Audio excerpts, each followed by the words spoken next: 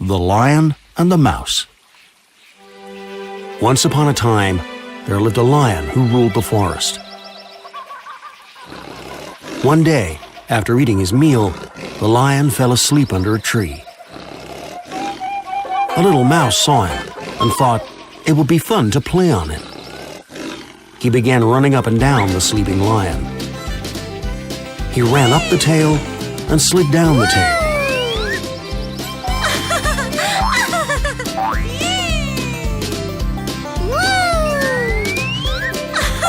The lion woke up angrily with a loud roar. He grabbed the mouse with his huge paw. The mouse struggled but could not escape. The lion opened his big jaws to swallow him. The mouse was very scared. Oh, King, I'm very scared. Please don't eat me. Forgive me this time. Please let me go. I shall never forget it. Maybe one day I can help you. The lion was so amused by the idea of the mouse being able to help him that he lifted up his paw and let him go. Thank you, King. I will never forget your kindness. You are lucky, my friend, that I've just eaten. Now go, but don't mess with me again, or I will make a meal of you. A few days later, the lion was roaming the jungle. Hunters set a trap to catch the lion. The hunters hid behind the tree, waiting for the lion to approach the trap. As he did, the hunters pulled the ropes and caught him in the net. The lion started to roar loudly and tried to escape, but the hunters fastened the net.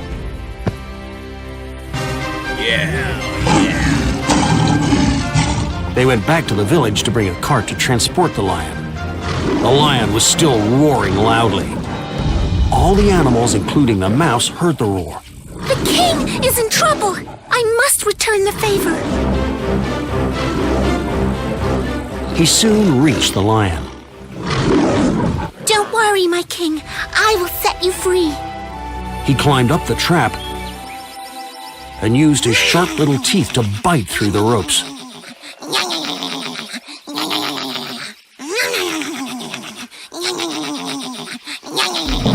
Finally, he freed the lion from the trap. The lion realized that even a little mouse can be a great help. Thank you, Mouse. I will never trouble you again. Live happily in my forest. You saved a king's life. Now you are the prince of this forest. Thank you, King. Bye. See you soon. Oh, where are you going? Don't you want to play on me and slide down my tail?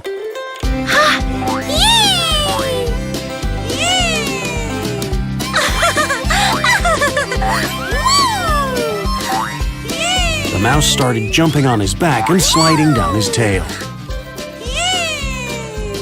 After a while, the hunters came back with a big cart to carry the lion.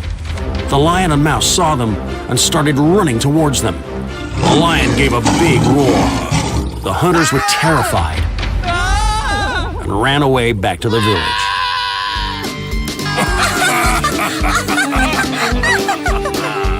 The lion and mouse became friends forever.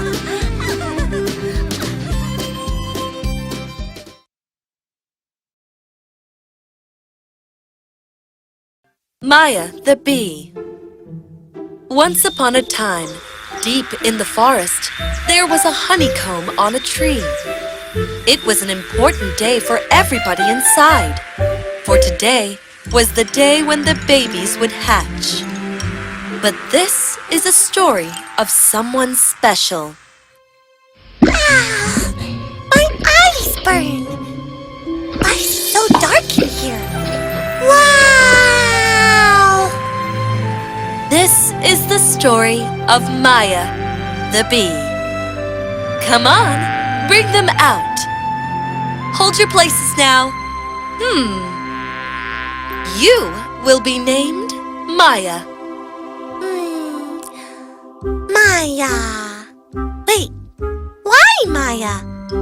Why do we need names? I wasn't told I will have questions to answer. But, well, we all have names so that others can call out to us. If I just say, you, bee. Huh? Yes. What? Are you talking to me? Now you know why we need names. Yes, because we are all same, but also different. That is absolutely right.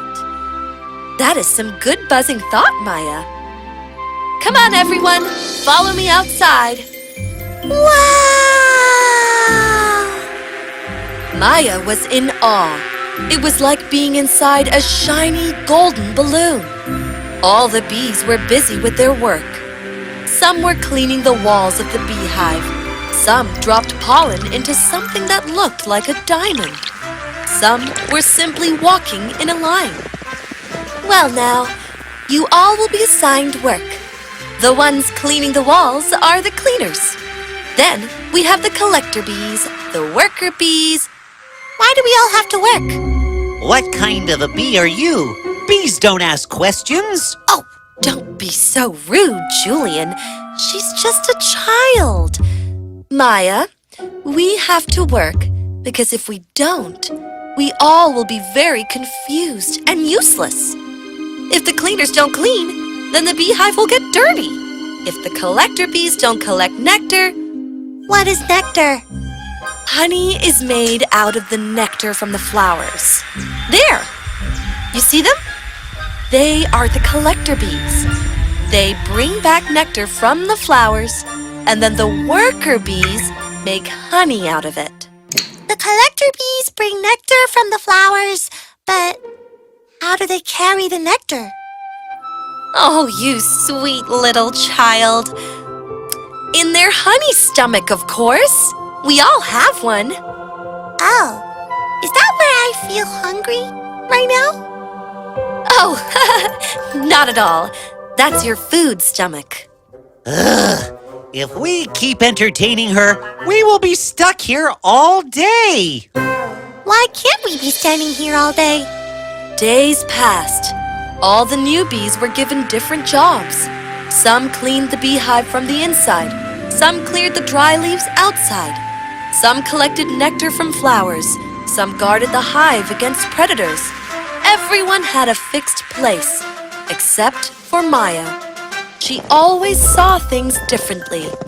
When everyone cleaned the walls with their hands, she would just blow at the walls and consider the work done.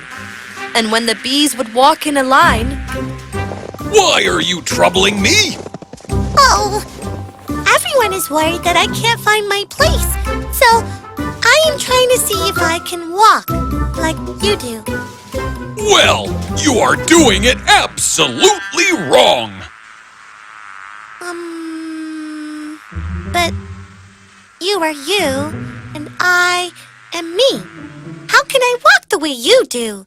Tell me, can you walk like this? Oh, of course I can. See? Oh no. What am I doing? You, child, are distracting me. What kind of a bee are you?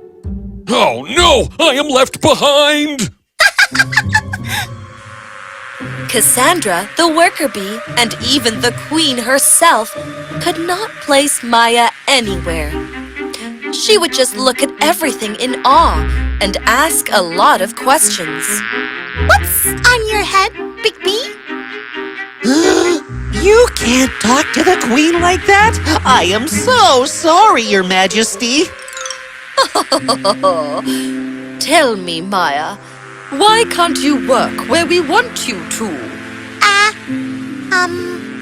I don't know. Everybody here is always so busy. They just work. I don't feel happy when I see them, but I felt happy that day when I fell from that diamond thing, and swoosh, I flew, and round I went. My dream is to fly, to go outside and see the world. Oh my! What is she blabbering about? Dream? Happy? What kind of a bee are you? Bees don't dream. Oh, Your Majesty, forgive me, she means no harm. I have been trying to place her myself, but she keeps talking about going out. Maybe that's what she really wants. That is what she must be good at. We can send her out to collect nectar. Well, asking a bee what she wants to be. That's a first. And also very confusing. Bees' places are assigned as soon as they are hatched. But if this is good for the beehive, so be it. She is old enough to be sent out to collect nectar. Train her well and let her out. Yes, Your Majesty. And so, Maya was taught everything about flowers. She was then trained to follow the swarm of bees. She was warned repeatedly to never fly alone. And lastly, she was warned about the hornets. The hornets were the sworn enemies of the bees. They would always try to steal honey and hurt the bees. But we can sting them if they hurt us, right? The hornets are getting smarter, Maya. They wear armors every time they attack us. Only their neck can be stung, as they don't wear helmets. But hardly any bee has managed to sting a hornet in a war. You take good care not to be found by them, okay? I will take care. Maya waved goodbye to Cassandra and left with the swarm. This was her first trip outside the beehive. The moment she stepped out, Maya was in awe. The trees, the ferns, the flowers. Oh, it's so beautiful out here. I could just buzz here all day. Shh! We are here to work, Maya. Not to just keep buzzing around. Just make sure you are always around your swarm. But Maya wasn't listening. She was busy enjoying her first flight. Oh, what's that? It's so shiny. Oh, so sorry. I didn't know there was someone there. Hi, I'm Maya, the bee. And you? Oh, you too look like a bee to me. And you are pretty lovely, I must say. Oh, wait, are you copying me? That's very mean of you. Oh, you hurt me. You are being very rude. Well, look what we have here. A human disguised as a bee. What? Disguised, meaning you are a human under the clothes of a bee. But I am a bee. I'm not a human. And this is also a bee, but a very rude one at that. That's your reflection, dummy. She is not being rude. You are being rude to yourself. It's all in your head, just like a human. Trust me, they themselves create most of their problems.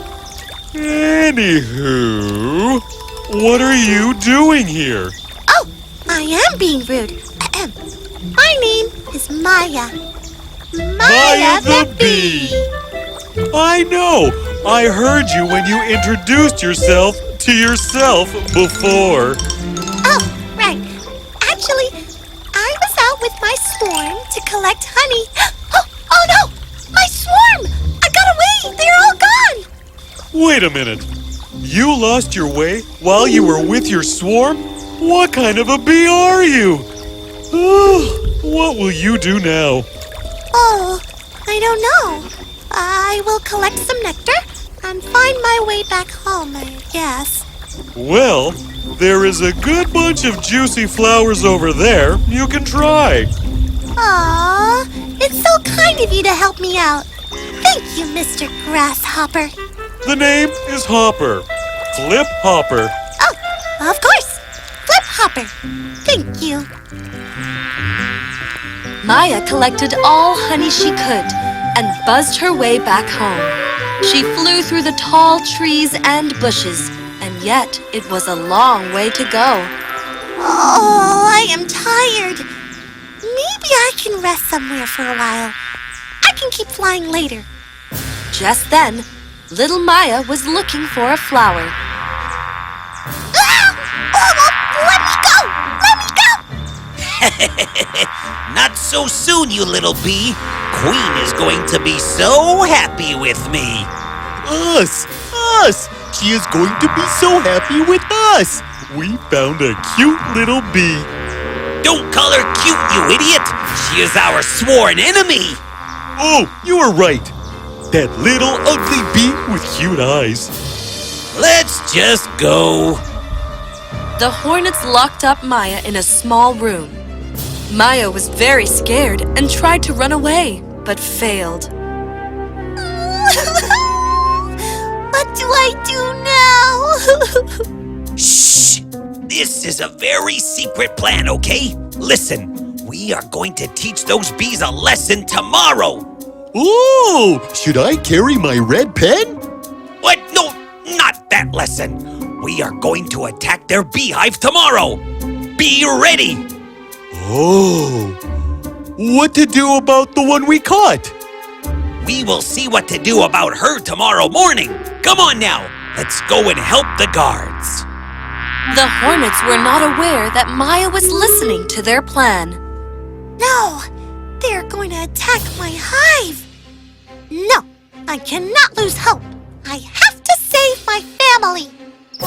That night, Maya could not sleep. She kept thinking of what to do next. Oh, how do I stop the hornets? Only their neck can be stung as they don't wear helmets. But hardly any bee has managed to sting a hornet in a war. Wait, I've got it! As the sun rose, the hornet came to Maya's room. Hey, little bee. Wait, where is she?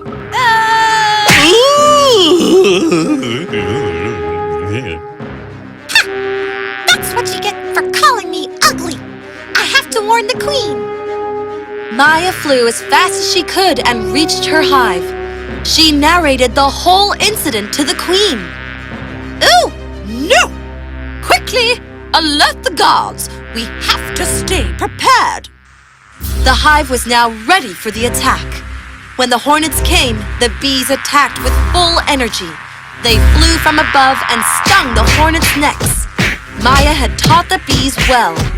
The hornets were all confused and dazed. Fall back! Fall back! They ran away in no time. Yay! We won! Where are you going, Hornet? Bees are the best! Bees are the Bees best. are the best! Ha ha! Oh, we are all very thankful to you, Maya. It's your bravery and intelligence that saved us today. This is my home. I will do anything to protect it. Oh, my child, I am so proud of you. Tell me, what do you want to become when you grow up? I want to be a teacher. I will tell all the bees about my experiences and teach them to be their kind of bees. Their kind of bees? Yes, everyone keeps asking me, what kind of a bee are you? Well, I am my kind of bee, and so are all of us. I want to be my kind of a bee, too. Your kind of a bee is boring. Be my kind of a bee. Well, Maya, you are a good teacher for sure. And we are happy to have you back.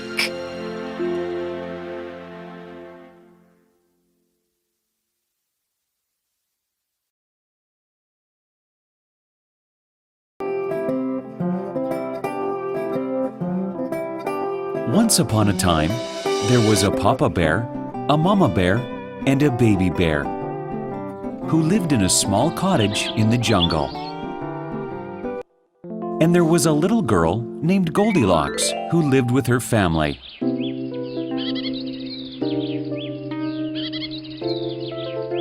One morning, Goldilocks was playing, and she entered the woods. That morning, the bears made porridge for breakfast. The porridge was very hot, so they decided to go for a walk in the forest.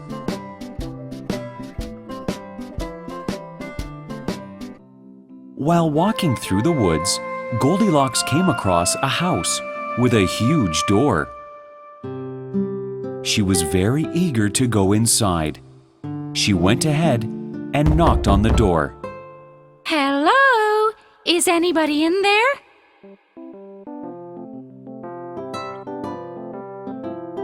No one answered, so she walked right in through the door. She saw a table. On the table, there were 3 bowls of porridge. Goldilocks was hungry. That porridge smells so good. Let me eat some. She went to the first bowl and tasted the porridge. Ouch! This porridge is too hot. I burnt my tongue. So she tasted the porridge from the second bowl. Oh, this porridge is too cold. Now she tasted the last bowl of porridge. Ah, this porridge is just right.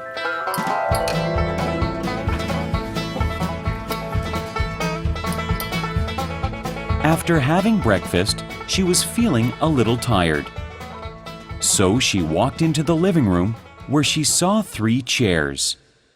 Goldilocks sat in the first chair to rest her feet. This chair is too big. So she sat in the second chair. This chair is too big too. So she tried the last and smallest chair. Ah, this chair is just right. But just as she sat down onto the chair, it broke. Oh no! Goldilocks was very tired now. She had no place to rest, so she decided to go upstairs to the bedroom.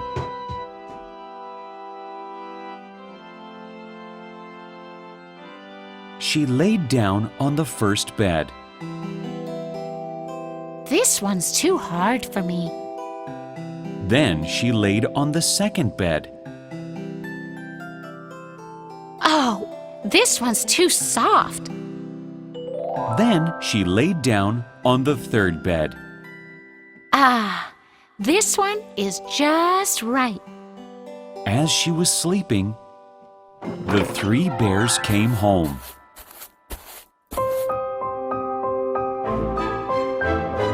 Someone has been eating my porridge, Growled the daddy bear. Someone has been eating my porridge too. Someone has been eating my porridge too, and they ate it all up.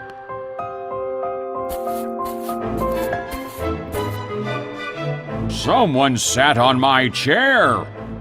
Someone sat on my chair too. Someone sat on my chair, and they've broken it all into pieces. Then they decided to look around some more. When they got upstairs to the bedroom, Papa Bear growled, Someone's been sleeping in my bed. Someone's been sleeping in my bed too. Someone's been sleeping in my bed, and it's a human. And she's still there. exclaimed the scared baby bear. Just as the 3 bears went towards her, Goldilocks woke up. Help! Help! She jumped up and ran down the stairs, opened the door, and ran away into the forest. And she never came back again.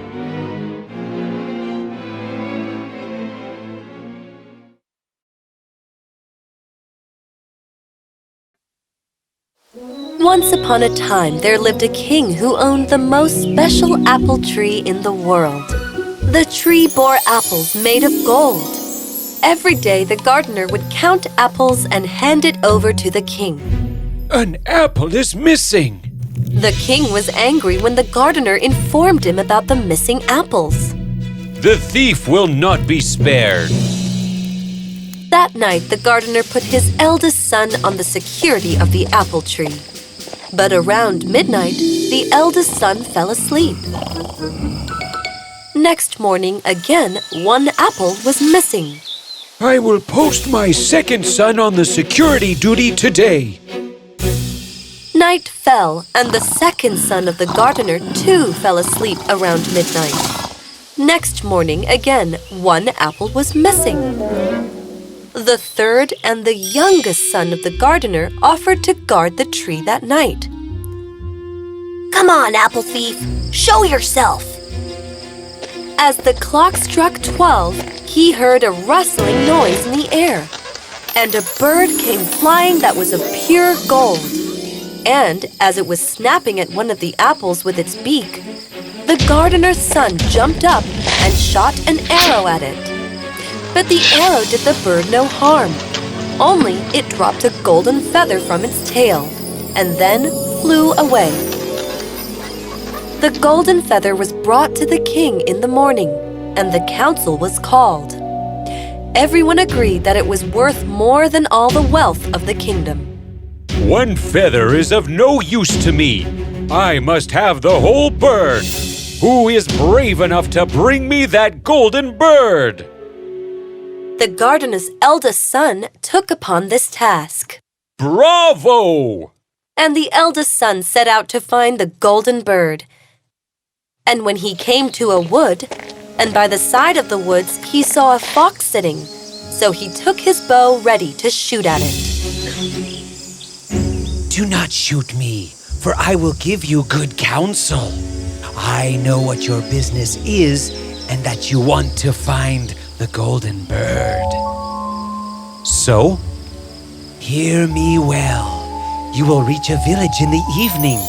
You will see two inns opposite to each other, one of which is very pleasant and beautiful to look at. The other one is very shabby to look at. Choose the shabby one to rest for the night. But the son thought to himself, "What can such a beast as this know about the matter?" So he shot his arrow at the fox, but he missed it, and the fox ran into the woods. Then he went his way and came to the village where the two inns were. And in one of these were people singing and dancing and feasting. But the other looked very dirty and poor. He thought to himself, I would be very silly if I went to that shabby house. So he went into the smart house and ate and drank at his ease, and forgot the bird and his country too. Time passed on, and as the eldest son did not come back, the second son set out, and the same thing happened to him. He met the fox. He gave him the advice, but when he came to the two inns, his eldest brother called to him in the beautiful inn, and he went in, and forgot the golden bird and his country in the same manner. Time passed on again, and the youngest son too wished to seek for the golden bird. Please, Father, let me go. But his father was afraid. I already lost my two sons. But you won't lose me, Father. Trust me. At last the gardener agreed, and as he came to the wood, he met the fox and heard the same good counsel. Go to the poorhouse if you wish to reach the golden bird. Thank you, old wise fox. Sit upon my tail, and you will travel faster. Soon they reached the village. The son went to the shabby inn and rested there all night.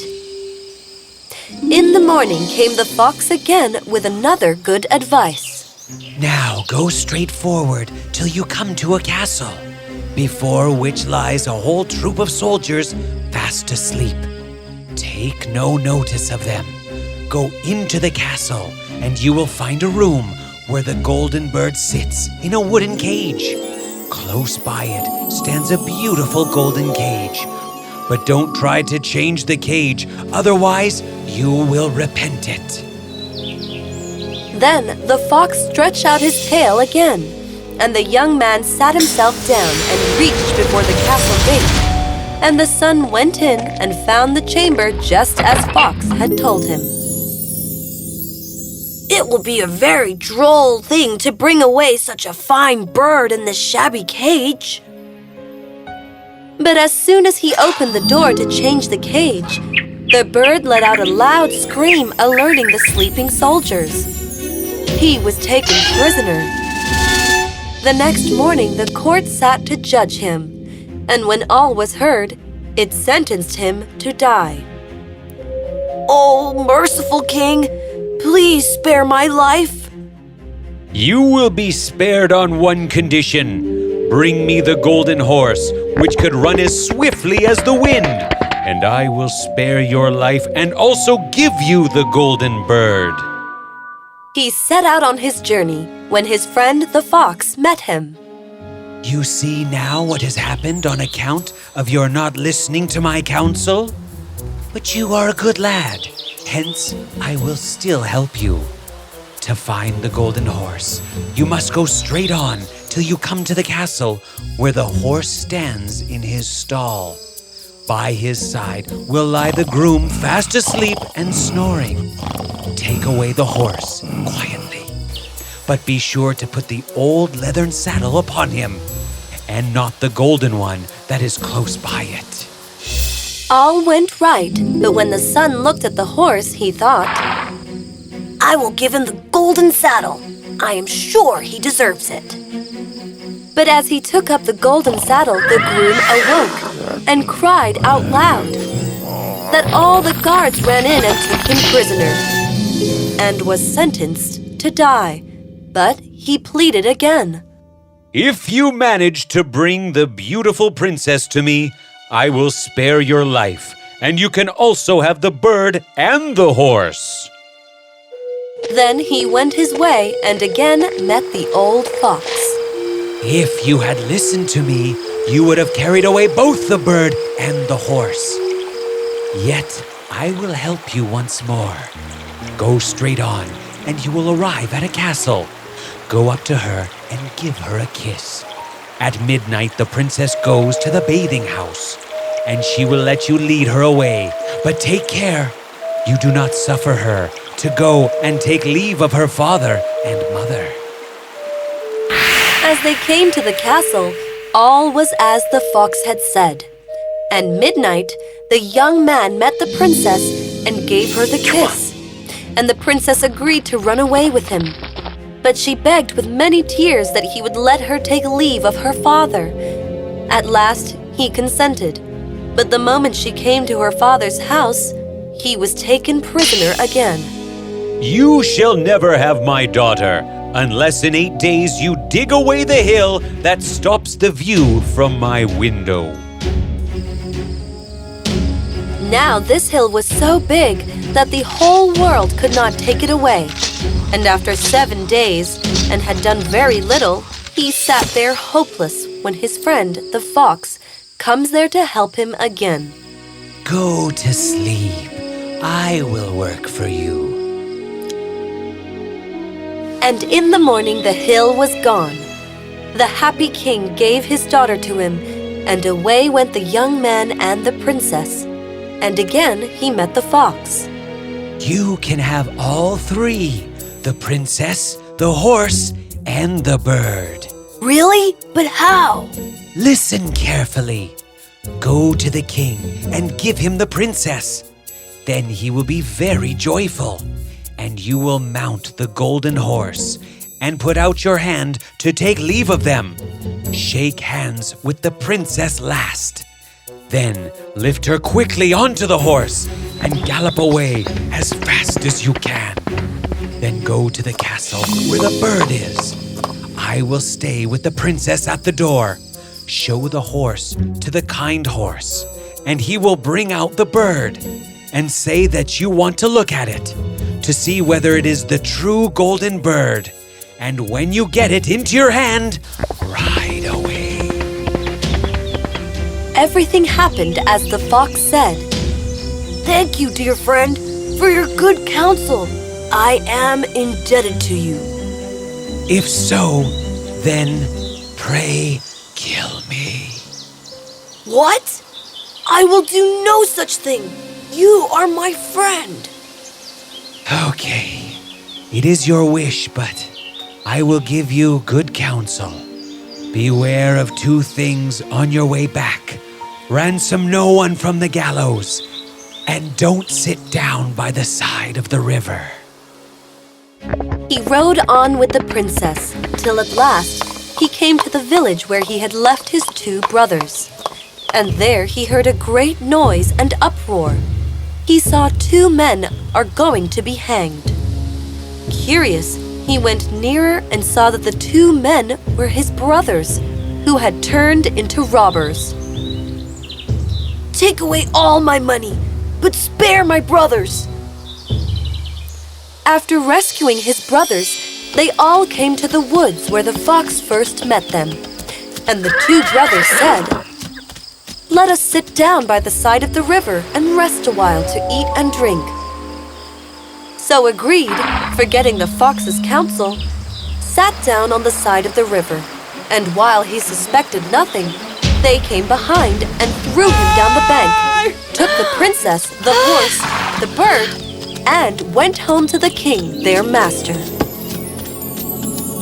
Oh, great Lord, we are back with the golden bird and more.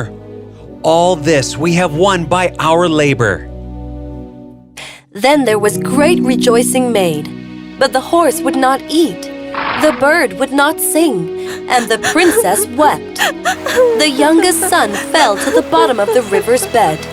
Luckily, it was nearly dry, but the bank was so steep that he could find no way to get out.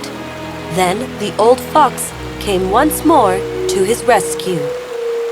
If you just listened to me, no evil would have befallen him. Yet you are my friend. I cannot leave you here. So lay hold of my tail and hold fast. He pulled him out of the river. Your brothers have set watch to kill you if they find you in the kingdom. So he dressed himself as a poor man and came secretly to the king's court, and was scarcely within the doors when the horse began to eat, and the bird began to sing, and Princess left off weeping. Then he went to the king and told him all his brother's roguery. They were seized and punished, and he had the princess given to him again. And after the king's death, he was heir to his kingdom. A long while after, he went to walk one day in the woods, and the old fox met him, and he besought him with tears in his eyes to kill him. Please, my friend, I ask you this one favor. Please do it. And the youngest son sadly agrees.